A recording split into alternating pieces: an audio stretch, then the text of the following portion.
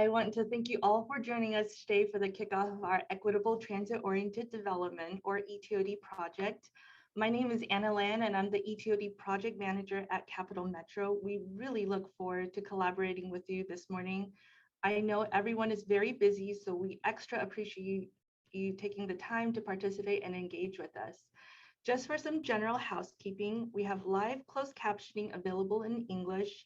You can turn this on by clicking the CC button in the Zoom meeting bar, which is located in the bottom middle of your screen. We also have Spanish and ASL translation available this morning. My colleague Edna will walk us through that. Thanks, Anna. Good morning, everyone. My name is Edna Parr, and I'm the Capital Metro Community Engagement and Outreach Manager. Thank you so much for being here. First, a note for our Spanish speakers. Si está participando en español, debería estar escuchando traducciones en español en vivo en este momento. O si desea escuchar esta reunión en español, haga clic en el botón Interpretación en la parte inferior de la pantalla y seleccione la opción en español. Para participar en la sesión de grupo en español, por favor coloque las letras ESP en la parte delantera de su nombre en Zoom. Entonces en su nombre hay 3 puntos y lo pueden poner ahí y cambian el nombre y ponen ESP enfrente de su nombre. And another note, we do not have chat on for this segment of the presentation, but we are going to have plenty of time to ask questions in the breakout rooms. So just if you have any questions, keep them to the breakout rooms, take notes, bring them to your moderator. And of course, we'll always have the email etod@cabmetro.org if you're not able to get all of your questions or if you come up with another question after the meeting. Also, one thing, sorry, we will be posting a link to an online survey that will always be on public input through December 24th, and we'll be following up with an email that'll include that. Kick it off to Anna. Thank you, Edna. Okay, our agenda today is as follows. Our aim is to talk about how we got here, where we're going, and then get your feedback on that roadmap. Note that Capital Metro is working closely with our partners at the City of Austin and the Austin Transit Partnership on this project, which you'll hear more about later on in the evening. And Anna's going to get us started. Thank you. So we would like to begin with a few definitions of equity. We're going to post them on the presentation. So we're going to begin with a definition that our city partners developed with the community. Racial equity is the condition when race no longer predicts a person's quality of life outcomes in our community. So the city recognizes that race is the primary determinant of social equity, and therefore we begin the journey towards social equity with this definition. And a further distinction in how we as a team define equity offered by both Capital Metro and Austin Transit Partnership, so ATP. So equity, fairness in process, distribution of resources, opportunity, and provision of varying levels of support upon need to achieve greater fairness of outcomes. Racial equity is defined by acknowledgement of historical and current equity based on race, where race no longer determines one's socioeconomic outcomes, and when everyone has what they need to thrive. So clearly there's no one definition of how we define the E in ETOD. And this is going to be an ongoing discussion that's really crucial, and you'll see it throughout the remainder of the project. Central to our understanding of where we're headed is also informed by where we have been. We're going to play a short video now. Lonnie's going to help us pull it up to recap some of the historic racism in Austin's planning history. I do want to note this video highlights the impact to many communities, but we would like to acknowledge that other communities have also been marginalized and displaced, and they're not included. And this also includes, it doesn't include the original indigenous communities who lived on that land we now call Austin. So we just wanted to note that. And we can start the video. Thank you. One of the biggest obstructions to me is I-35. I call it the Red Sea. It takes an act of God to cross it.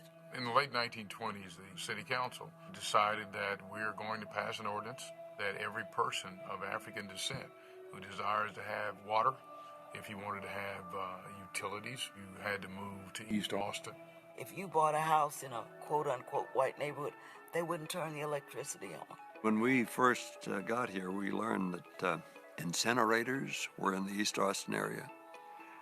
The airport was in the East Austin area. The dirty industries were relegated to those same neighborhoods. But then we built up our own nice community. My sense of community in East Austin was strong because I went to church here, I went to school here. We managed to make our own environment, but now it too has proven to be desirable, and people are now moving in droves.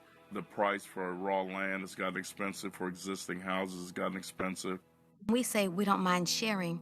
We didn't mean come in and move everybody out. Out of what were our neighborhoods. When you have somebody walk across the street and say to your face, we saved this neighborhood. That's like me walking in your house and saying to you, I don't like your drapes. Once folks have crossed that Red Sea, they're increasingly comfortable on this side. If you don't know the history, you may repeat it. And a lot of that history has been ugly to us as a community, as an East Austin neighborhood.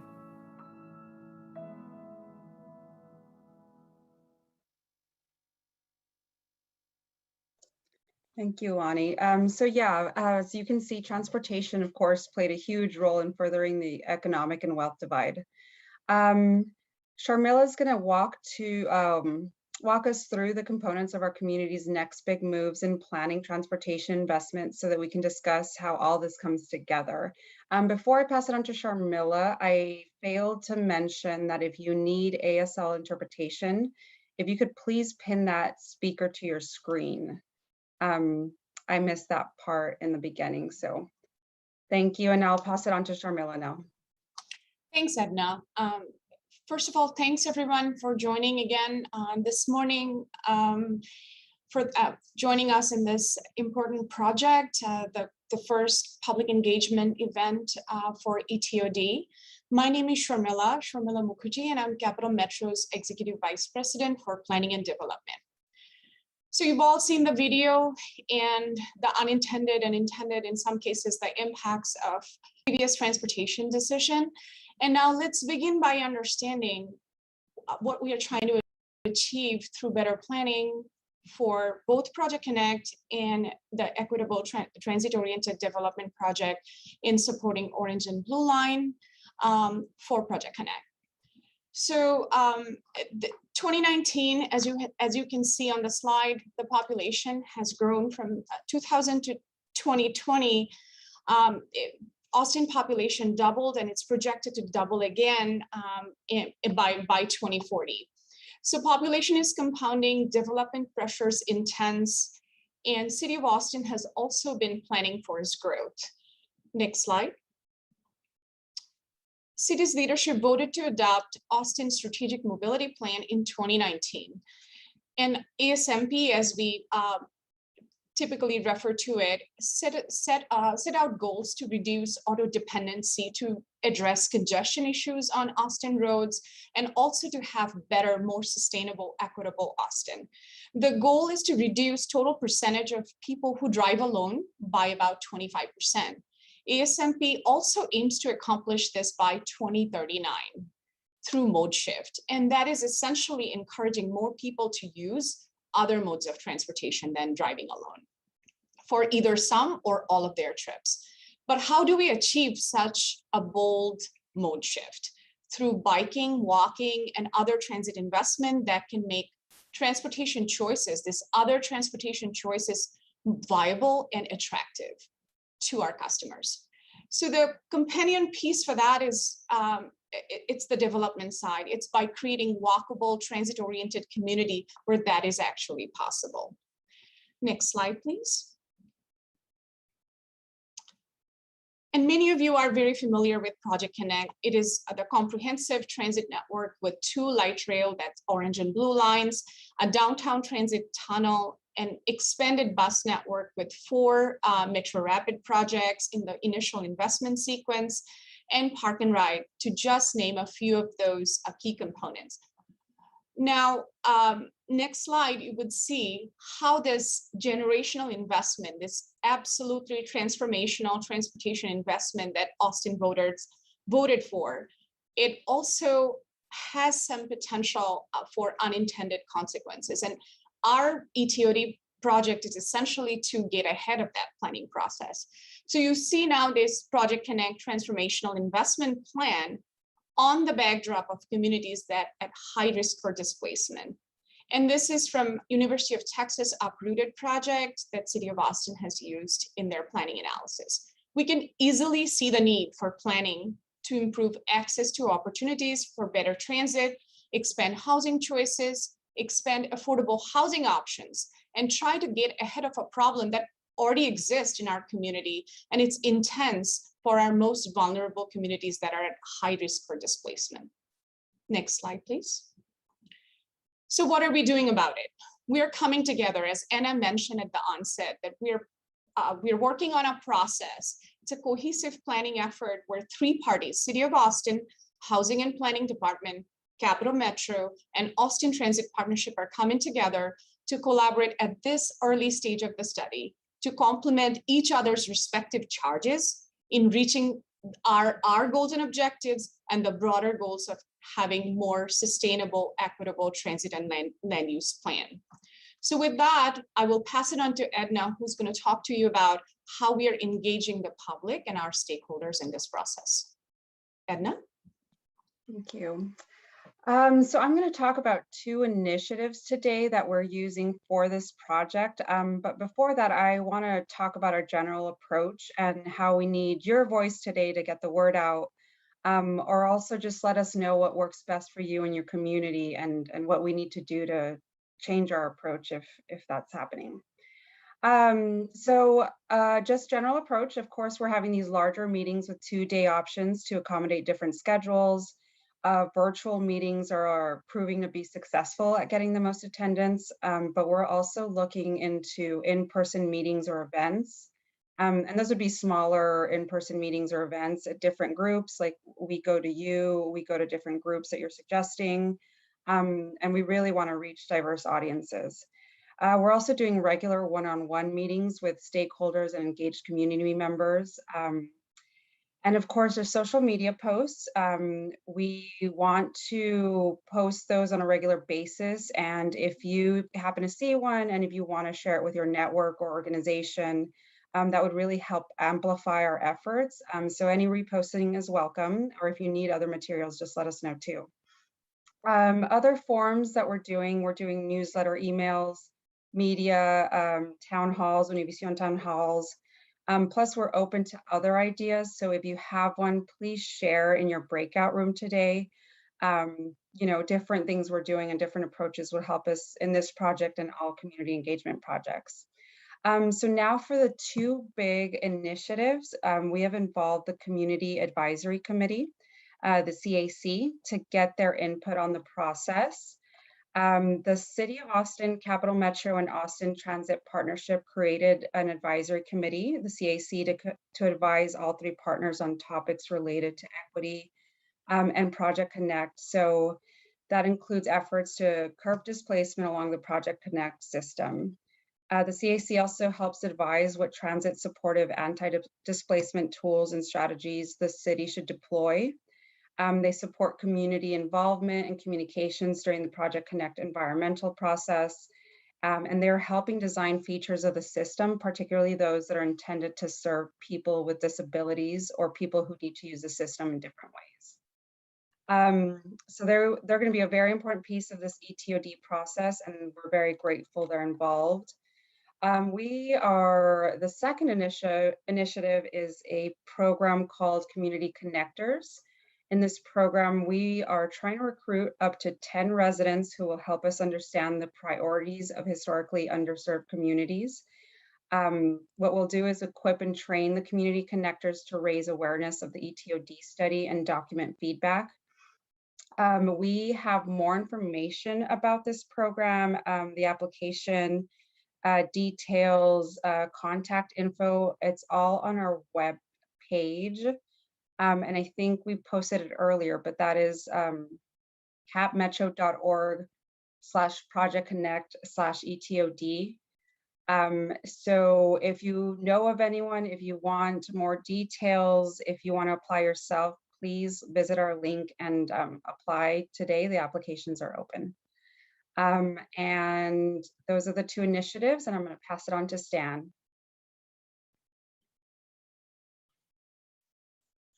Thank you, Edna. Appreciate it. I'm excited to introduce myself to the community. My name is Stan Wall, and I'm partner at HRNA Advisors, leading transit-oriented development.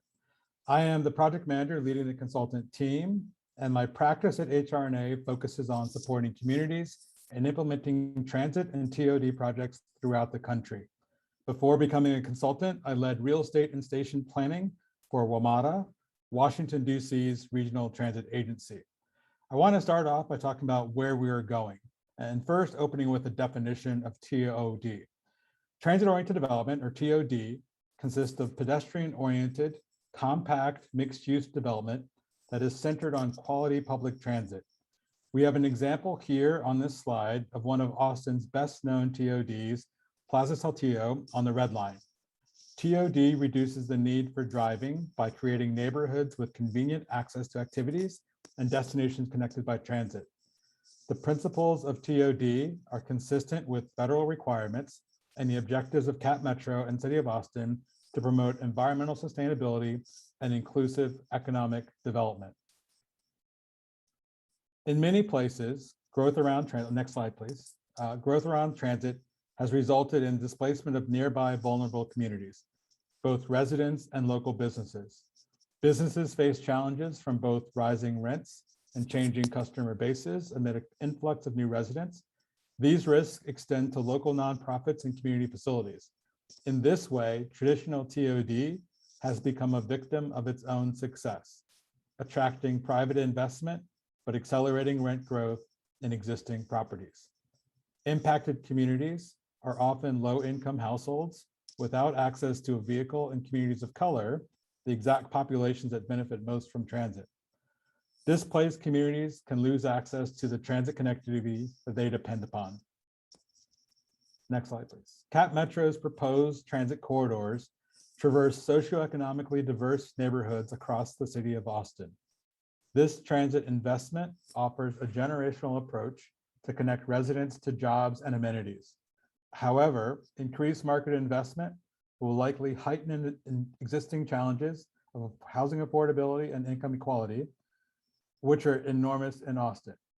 Equitable TOD in Austin must preserve opportunities for the low-income communities that it serves, supporting existing residents while enabling the city to grow in a more sustainable way. ETOD is about more than presenting displacement. It includes reversing traditional inequities and creating new economic opportunities for residents along transit corridors. The transition from TOD to equitable TOD follows a three-step process. First, traditional TOD, encouraging market-supported development along transit corridors, progressing then to do no harm, reducing displacement and negative impacts of transit investment, and finally, reaching equitable outcomes, creating new housing and economic opportunities for all income levels while prioritizing underserved communities. ETOD is an approach that encourages providing services and resources to communities that have historically not been invested in. It is about more than providing housing at diverse price points.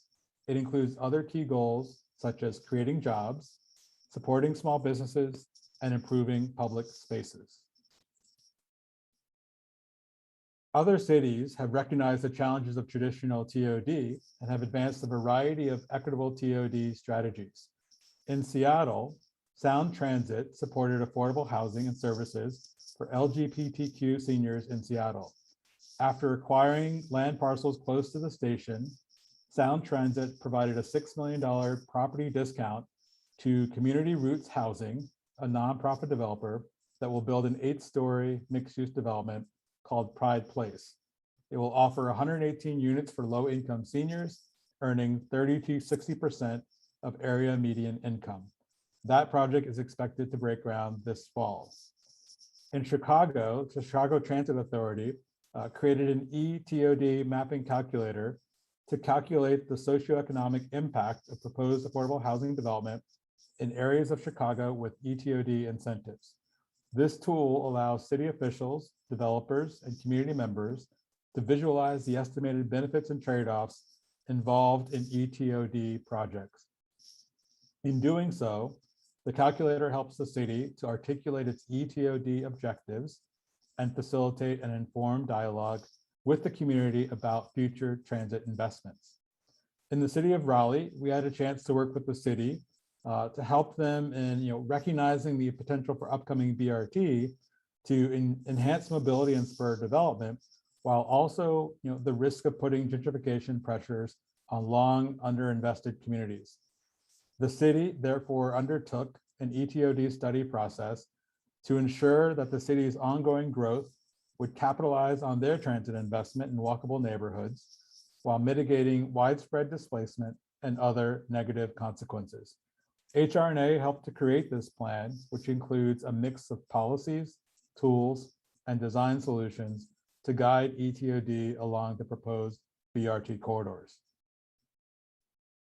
Now, let's take a look at the trajectory of this study that we're working on. Our current phase builds off of key actions established in the 2016 Corridor Bond, the Austin Strategic Mobility Plan, and Project Connect. This helped Austin understand which corridors the planning effort should focus on. The ETOD study, the phase that we're talking about today, will establish prototypes and a vision for ETOD. From there, the City of Austin plans to go one level more specific by prioritizing recommendations for land development code amendments. The last phase highlighted here is the council adopted ETOD policy, which has the potential to take these recommendations and expand them to other geographies in the future. Looking at what this study will and will not cover, what we will cover is an analysis of existing conditions in the 13 orange and blue line station areas. We will create a matrix of ETOD policies and strategies. We will create station area vision plans for 6 orange and blue line stations, and we will create an ETOD prioritization tool for those orange and blue line stations. What we will not cover in this current phase are zoning changes and development code amendments, system-wide station area prioritization, and interim regulations and regulating plans for stations. I will now pass back to Anna to talk more about our study further. Thank you. Thank you, Stan. I want to go over with everyone how we plan on doing this study. In the next slide, as you can see in this map, there are 13 stations defined in this corridor that's included in the FTA Federal Transit Administration grant to Capital Metro.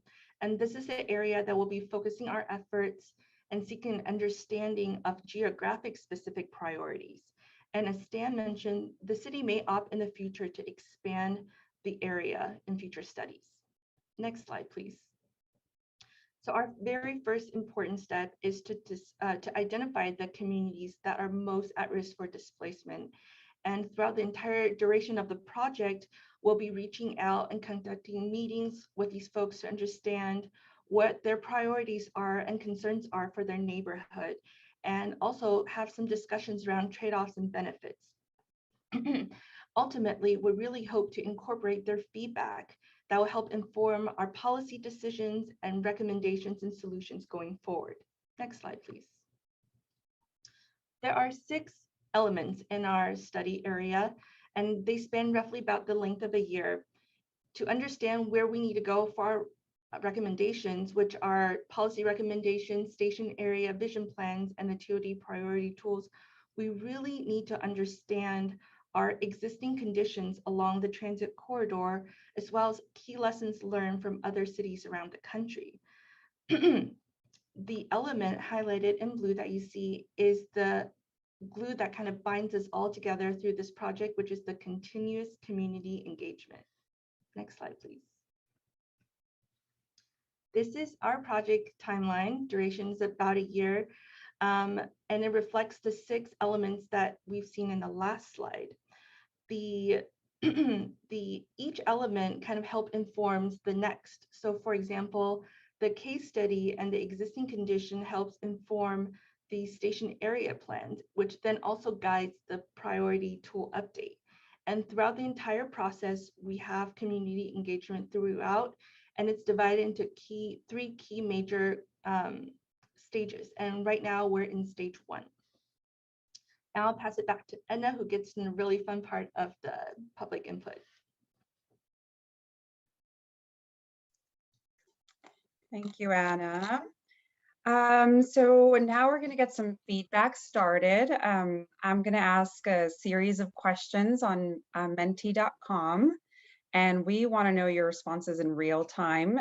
So this is how this is going to work. Either on your phone or computer, type in www.menti.com and enter the code 25407447. So that's the code that you see on your screen. You can also use our QR code. So if you put your phone up to the screen, take a photo, it'll take you to, again, menti.com. So we'll be answering the questions in real time, and we just want to see how the group is responding. We will give everyone a little bit of time, so you will not be able to see the questions until we start the survey and everybody hops on, and we'll give folks a little bit more time. Those buttons, those hearts that you see spewing out is people entering the room. So we just want to see more hearts. Yeah, I think it's helpful to know for people logging in. When you get to Menti, there's no question there yet, but there's a little heart on the screen. And if you click it, it means you're here. And I know from paying attention to how many people are in the room, we have about 75 people with us at the moment who are part of the public. And so we're really hoping that a lot of you can log in, because as we ask these questions, they can't really be representative and reflective of the community unless everybody's involved in it. Otherwise, it's just a select few who are giving their feedback. So again, please go ahead and visit menti.com. I think that there's a direct link that's in the chat. And for those of you watching us on social media, hi, we see you out there watching, and you too can get in on the action. I think we've put the Menti link there in the chat for you as well, but we really want your opinion. You don't have to be in the Zoom meeting to participate. So please go to menti.com and join us for the next few minutes. We've got a lot of questions for this audience.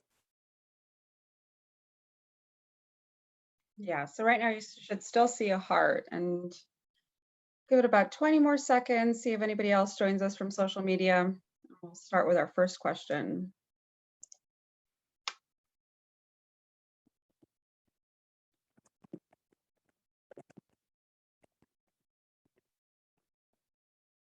Also, and we'll go ahead and start, but if at any point you want to jump in, you can jump in. So if you decided not to, if you're doing something else right now but want to jump in later, you can jump in. Again, it'll have the menti.com and the code throughout the survey. And we'll go ahead and start with our first question. So what station or stations within the study area are you most likely to use? And I think it's important to think not just where do you live, but maybe you work near a station, or you go to school by the station, or maybe your doctor's office. I think it's only letting us do one station, right? So really think about the one that is really going to be your primary place. We want to know who's in the room, and also where your area of focus is today. Yeah, it says you can select up to 2, but it only allows for 1. And sometimes it's hard to know. You got to scroll through that whole list and think about where do I go from day to day? It changes all the time, right? Yeah, and we have the most is with Riverside Pleasant Valley right now, the purple one in the middle. other bus stop. We have a lot of other, and if it's another one, I think it allows you to fill in where. North Lamar, the first one in blue, has 2. I feel like it's turning into a horse race now. We're getting Yeah. higher numbers for some of these other stations. Looks like Crestview. I know Crestview is part of the ETOD study as well. We have 4 for the triangle, and we only have 43 people So I think we respond. gotta So get a few more in there before we move to the next question. So thanks for giving us feedback here. You know, I'm one of those people who thought other bus stop as well. I don't live in this particular study area, but so if that's you, let us know that, and also in the notes, let us know which station is most of interest. And it looks like you can see, you know, Crestview and Waterfront and Riverside, Pleasant Riverside Valley, is North the 8. Lamar, you know, are pretty well represented. And that is also reflected if you're watching the Project Connect workshops. We've been hosting meetings in those station areas because there really are places where people start and stop their trips. So I'm glad to see that reflected in the audience today. So we're at about 50 people. That seems pretty good. We can go to the next question. Question number 2. So how often do you use transit? Is it daily, once or a couple of times a week, once a month, a few times a year, never? And I think it's important to think of like, what was your usual pattern? I know COVID has gotten us a little off our normal pattern, but, you know, just think about like, what is your normal day like when things return to a normal operation? It helps us to know also, are you a current rider? Are you one of our core riders? Or are you here because you're excited about this, but like maybe, you know, transit isn't part of your everyday? It'll help us to shape this policy based on who's in the room. So I'm glad to see so many daily riders. Thanks for joining us midday over lunch. Yesterday's meeting. Yeah, I think yesterday we had more nevers, so that is good to see. We have 50 now. We'll give it another few seconds. Anybody last submissions? 51. Yeah, we're getting some more. And again, if you're listening on Twitter or LinkedIn or Facebook, you can also join in on the action. You can go to menti.com and use that code 2540747 and weigh in, even if you're not in the room, in the Zoom room today. Yeah, and if for any reason you can't, like you're listening in your car and you can't join on Menti, or you just had problems with it, we will have this exact same survey on public input. And I'm going to repost that link again. Great. And that again is going to be up until December 24th, I believe. So you'll have some time. And if you want to share that with anyone, that would also be. I think you made a Very point helpful. of the official survey is open till December 24th, mostly because we thought people would move into holiday mode at that point, but you can give us feedback anytime. If you want to spend New Year's with us on the survey, we'll take it. All right, let's do the third question. Have you participated in any Project Connect public meetings for the blue or orange lines before?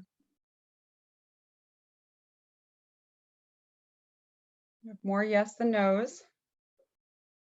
Yeah, I think, and this is really asking, have you been stuck in a Zoom meeting with With us Project Connect people before? Or is this your first time? That's how we should have asked. Have you seen this face before? Especially Lonnie. Well, I'm really glad to see that there are new folks here. I mean, I think it's important. The ETOD study really will impact people whether or not you're riding on a train or you're riding on a bus or you're using a metro bike. It really is talking more to the shape of the community to come. So I'm glad so many people who haven't been engaged with Project Connect are getting engaged with this one. So thanks for sharing that too. Looks like we're almost at 50 people. This is great, making this an easy one. Yeah. And this is the opposite of what we had yesterday. I think we had more no's. So. Well, now you know why we keep going back and forth between that midday lunch and then the just after work crowd, because we get really different people at each meeting. So thanks again for taking the time for us over your lunch break. I think we can do the number 4. So the next set of questions will be a gauge of your priorities from least important to most important. So for each of these, the primer question will be based on your life experience and what you've learned about ETOD. How important are the following issues to address during the process of developing a successful ETOD plan for the station areas? So the first one, starting with community, depth and breadth of community engagement. Let's see. So based on your life experience and what you've learned about ETOD, how important are the following community issues to address during the process of developing a successful ETOD plan for the station areas? And a lot of people are answering them. So each one, you can answer not important, somewhat important, very important, and you can answer the same thing for all 3. You don't have to answer not important for one, very important for another. If they're all equally very important, you can put that for each one. And I think these are really distinctive. They may seem like they're overlapping, but that first one is more like focusing this on what do you want now? Is that the most important thing? The second is really about the historic past and about including everybody within the TOD, if that's the most important. And the last part is maintaining that look and feel of your neighborhood. So more about the built structure. So kind of think of those as 3 distinct issues. Even though we'll be addressing all of them in the course of this, we want to understand what is the most important to the folks who are participating in this study. All right, now we have 49. So I think we're almost 50. And again, we'll be recording all of this. So even if you get your answer in after we've moved forward on the slide, we're still recording this information. And again, there'll be more opportunity to turn on your mic and have some discussion later in this hour. The breakout rooms. Yeah, so we can go to the next category. So we have housing and jobs. Based on your life experience and what you've learned about ETOD, how important are the following housing and jobs issues to address during the process of developing a successful ETOD plan for the station areas? So we have housing affordability for new and existing community members, proactive action/policies to prevent displacement of current residents and businesses. And the last one is helping small businesses grow and thrive, especially those owned and or operated by BIPOC, women, people with disabilities, and members of the LGBTQIA+ community. There's always this tension back and forth, and we'll talk about this more about like, what does affordable mean? But also there's, this thought about like, are we focusing on building new affordable housing, or are you focusing on protecting the existing affordability within the community?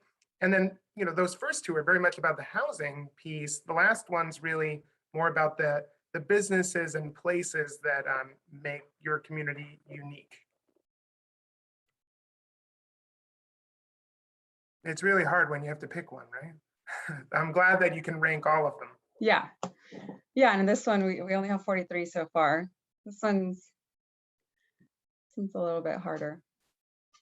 So we'll give it a little. We're going to use this information from these past sessions, and also if you yourself are part of an organization that maybe you don't see a lot of members from that organization on Zoom today, but we could take this presentation to your group, to your school, to your office, to your neighborhood. Please reach out to us. You can send an email to etod@capmetro.org. And that way we can make sure that they get to weigh in on these survey questions. Or maybe you don't want a presentation, you can go to that capmetro.org/project connect ETOD and take the survey on your own. Spread it around, put it on Nextdoor. Social media.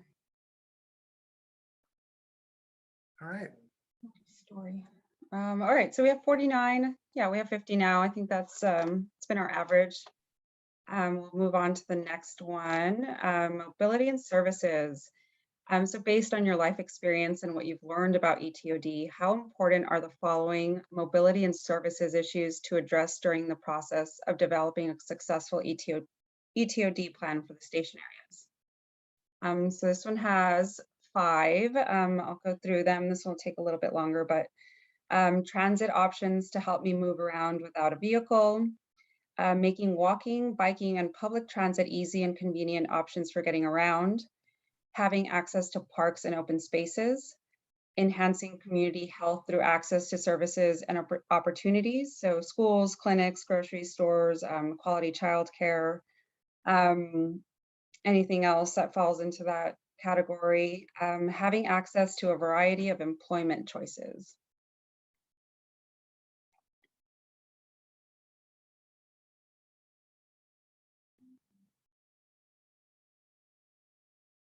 Okay, and right now he's 36, and this one's a little bit, we have more and it's a little bit harder. And again, you don't have to choose one that's very important. If they're all very important, you can put that. So right now, I appreciate that. I know that you're sitting there having lunch and we're like, tell us. But it really does make a difference because, again, when you're thinking about a project, you really want to set goals for the project and really kind of frame that discussion before you start making decisions. And so we want to get a sense of where is the community and compare that to where maybe some of the planners and people who are working on this project are. So that instead of it being our decision about where this starts, it's really looking at where are you? Where is our community as a whole? Yeah. All right, so we have 51. Not bad. I know, that's more than the 52. We were averaging 50, so. Like after this gig, I'm gonna have to do the KUT member drive. You have 50 people in there. Just 2 more callers. Yeah, because we have 54 now, so. Okay, so we can go to mentee number 7. So basically just other important community priorities. Anything we missed, anything you want to add, even if you've already seen it on these slides, you can put it right here. What are important community priorities that you want us to be looking at throughout this process? So, and as soon as you start entering them, they actually pop up. So that was, Yeah, this was actually one of the more fun ones from last night. It was kind of like freestyle. Yeah. Recording in progress. Do what you like with it. And as we start seeing these things pop up on screen, we'll be kind of reading and reflecting for the rest of the audience. Yeah, and if you see one, you can put it in again, because we just want to see what everybody's priorities are. It doesn't matter if it's already on there. So I'll start reading some out. Let's see. Be able to afford to live near transit, green building,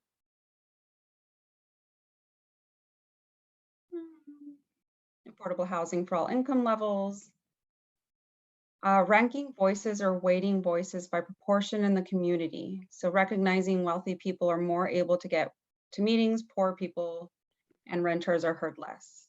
That's a good one. Thank you. And I think, as these are coming in, they'll all be kind of individual, but we'll be moving them into themes so that we can talk about common themes of what we've been hearing the audience say. And you can enter more than one. If you haven't done that, you can enter more than one if you have multiple priorities. Better lighting, safety, more housing in the right places.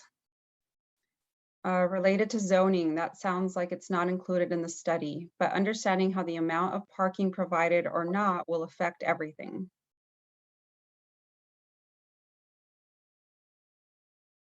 Do not harm, do not displace residents and businesses, no demolitions. We have healthcare. I think I've seen healthcare a couple times. Cultural assets.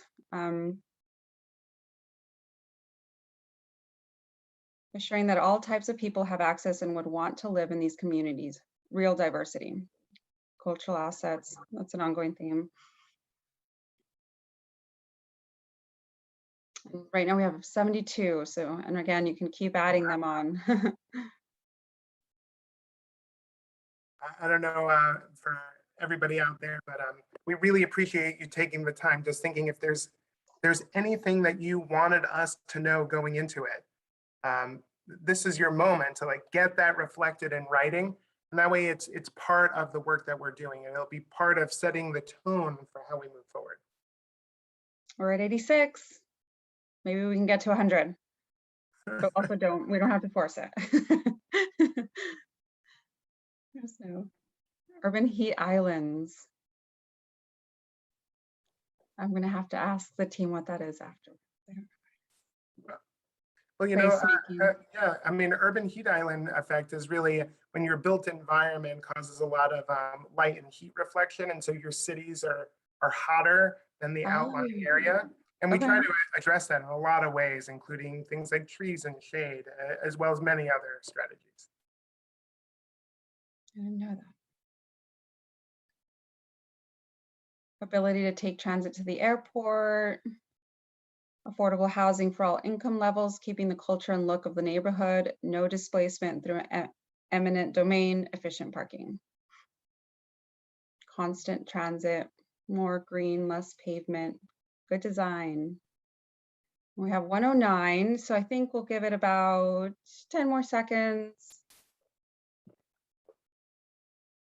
And if you missed it, again, you can give it you can report back. We'll have a note taker in your breakout room.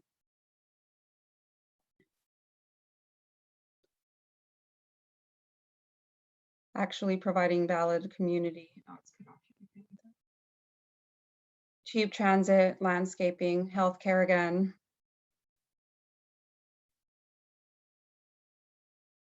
Okay, there it is. Actually providing valid community engagement, not just the transit advocates, and actually listening to their voices ignored through the prior process. The zoning in neighborhoods needs to be considered. Yes, we want to do everything, and any suggestions, like we said earlier, of how to get to those communities. And yeah, we had some people on last night who are really letting us know about specific neighborhoods and contact teams and organizations that they're involved with, where they'd like to have a chance to talk about this individually. And we're open to any and all of the above.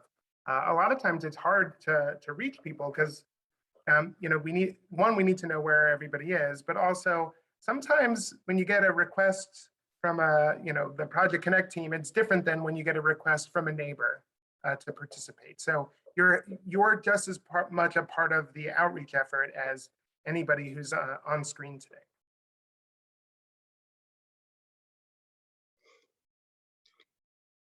music and stops. We have Metro music. Wayfinding signage. Access to brew pubs. Live close to stops. We've got a lot of stuff to do, it looks like. I know. Fun. This one has 141 today. This is definitely more than yesterday. So, and we'll stop it. I think I don't want to cut off, but again, if you want to bring anything to your breakout room, we would include it on this list. So thank you so much for your feedback. That has been the most fun from these meetings. So I'm going to turn it over to Lonnie. So he's going to give us instructions now for the breakout rooms so we can talk more about what you want us to prioritize. So over to you, Lonnie. All right. Well, so first I should tell you a true confession, which is that my Zoom is misbehaving back here. I'm sure a few of you know what that feels like. So I'm glad you can see and hear me. I cannot see you. And so I'm probably going to leave and come back with the rest of us when we do this breakout room bit. So first, we're going to move into breakout rooms and talk more about what's important to you and our community. And we're going to have several breakout rooms that will open automatically and randomly. I think, I know that Jonathan is sharing screen right now. I think Meg would probably like to. I'm unable to do that for you at the moment. The main thing to know is that our goal is to end our discussion today at 1 o'clock. We're going to make sure to allow time for your feedback. And all the groups are going to be discussing the same questions. We're just randomly shuffling the deck so that way everyone has a little bit more time. And the way that'll work is that you'll see a pop-up to join a room. We haven't done that yet, but you will see it, and you'll most likely just automatically be moved to the new room. Some of you may be asked if you want to join the new room, and you may need to click on the blue join button to do that. If you need Spanish, or if you need closed captioning, please let us know in the chat. I know that the chat isn't open generally at the moment, but the hosts and panelists can see that chat. So if you need it, that'll help. Another easy way to help is by changing your name. So that way you can rename yourself and put either ES for Espanol or CC for captioning, and we'll try, or ASL, and we'll try to make that accommodation available to you. You may also see an option to join a different room. When you're in your room, you can jump to a different room. If, for example, you were separated from your partner, you might want to join to that other room. You always have the option of leaving a room too. Just be careful to leave the room and not leave the meeting, because you may not be able to get back into the meeting. And then for those of you who still are not able to see breakout rooms when it gets started, if you're on a mobile device, you might want to press on the screen and it should bring up the More menu, and you can click on More and look for breakout rooms. And then if all else fails, just stay where you are and you'll be in this main room, and Julian will help you to move from this room into a breakout room manually.